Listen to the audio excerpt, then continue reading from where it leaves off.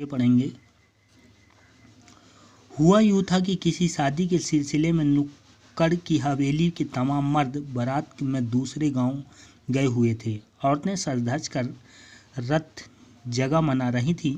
नाच गाने और ढोल की थाप के शोर में नामी चोर कब सेंध लगाकर हवेली में घुसा, किसी को खबर न हुई। पर चोर था बदकिस्मत। जिस कमरे में घुसा उसमें माँ जी सोई हुई थीं। औरतों के शोर से बचने को वे अपना कमरा छोड़ दूसरे में जा सोई थीं। चोर बेचारा तमाम जुग्राफिया दिमाग में बैठलाकर उतरा था। उसे क्या पता था कि इतनी बड़ी बूढ़ी पुरखिन जगह बदल देगी। खैर, बुढ़ापे की नींद ठहरी चोर के दबे पाँव की आहट से ही खुल गई। ठीक है, अब इसमें ये बताया गया, पहले बताया गया था कि चोर का भी उनने दीदार किया था। ठीक है, तो एक बार हुआ क्या था कि गांव के जो लोग थे, हवेली के जो लोग थे, वो किसी शादी के सिलसिले में सब किसी बारात में गए हुए थे। औरतें जो थी रात में रत जगह, रात में कोई नाच गाने का कार्यक्रम चल रहा था। उसी समय हवेली में कोई चोर घुस गया। ठीक है, परंतु जिस कमरे में गया वहाँ पर दादी जो सोई थी, बुढ़ापे की नींद थी। चोर के दबे पाँव की आहट पाकर भी उनकी नींद खुल गई। कौन? माँ जी ने इत्मीनान से पूछा। ठीक है, जैसे आहट सुनाई दिया, माँ ने धीरे से इत्मीनान से पूछा, कौन? जी मैं चोर, ने युगों से चला आ रहा पारंपरिक असंगत जवाब दिया। जी मैं, उसने जवाब दिया। पानी पिला, माँ जी ने कहा। ठीक है, माँ जी ने कहा कि पानी पिला। जी मैं, चोर झिझक कर रह गया। ठीक है, माँ जी ने चोर से ही कहा कि चलो पानी पिलाओ मेरे को। चोर डर गया, झिझक गया। तब तक माँ जी बिस्तर के बराबर में टटोल कर देख चुकी थी लोटा खाली था।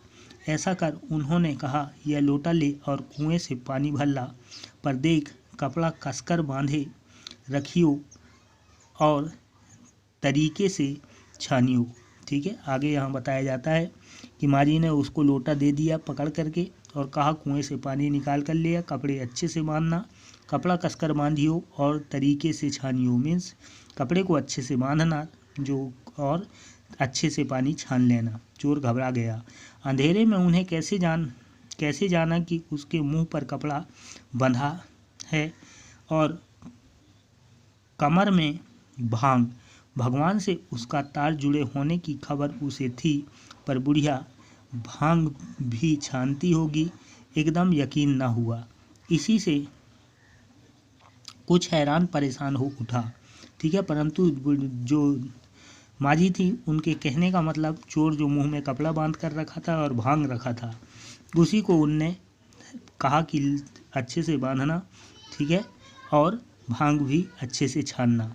ये सारे बात को सुनकर चोर हैरान रह गया। जल्दी कर भाई, अभी। तभी माँ जी ने कहा, बड़ी प्यास लगी है। फिर माँ जी कहते हैं कि भाई तुम जल्दी करो, बड़ी ज़ोर से प्यास लगी है। पर मैं तो चोर हूँ। उसने कहा, मैं तो चोर हूँ। मेरे घबराहट और धर्म संकट के चोर सच कह गया। ठीक है, जैसे उन्होंने कहा तो उसने घबराहट से चोर ने सच बोल दिया कि मैं तो चोर हूँ। हुआ करें, माँ जी ने कहा, प्यासे को पानी तो पिलाया, पर देख मेरा धर्म न बिगाड़ियो। लोटे के मुंह से कपड़ा न हटायो, हाथ रगड़कर धो लीजो और पानी कपड़े से छान भरियो। ठीक है, आप चोर के हाथ का पी लेगी। ठीक है, उसने कहा मैं चोर हूँ, तो उसने कहा देखो अच्छे से बांध कर ले आना, मैं चोर के हाथ पानी पी लूँगी। कहा न रगड़ कर धो लीजो, सब नाचने में लगे हैं, तेरे और भगवान के सिवा कौन धरा है जो पिलाएगा। ठीक है, उन्होंने कहा कि तुम्हारे और भगवान के अलावा कोई नहीं है, सब अपने अपने काम में लगे हैं, नाच में लगे हुए हैं, मेरे को पानी कौन पिलाएगा। भगवान वहीं कहीं उसके बराबर में धरे हैं। सुनकर चोर कुछ ऐसा अकबकाया, मीन्स घबराया, कि लोटा उठाकर चल दिया। पूरी एहतियात के साथ पानी भरकर लौटा तो पहरेदार ने धर दबोचा कुएं पर देख लिया गया था। ठीक है, और जैसे ही माँ जी ने उनको भेजा वो तो घबरा गया, फिर लेकर गया, पूरे इतिहास के साथ लोटा भर कर लेके आया। उसी समय जो पहरेदार थे उसको पकड़ लिए।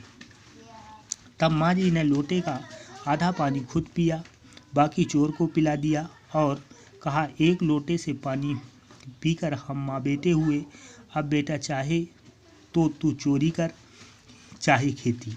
ठीक है, उसी समय माँ जी ने क्या किया, उस लोटे के पानी को पिया, आधा खुद पिया और दूसरे को आधा उस चोर को पिलाया। और इस तरह से उनने ये समझाया कि अब तू चोर नहीं है, अब हम दोनों माँ बेटा हुए, अब तुम चाहो तो चोरी करो या फिर खेती करो।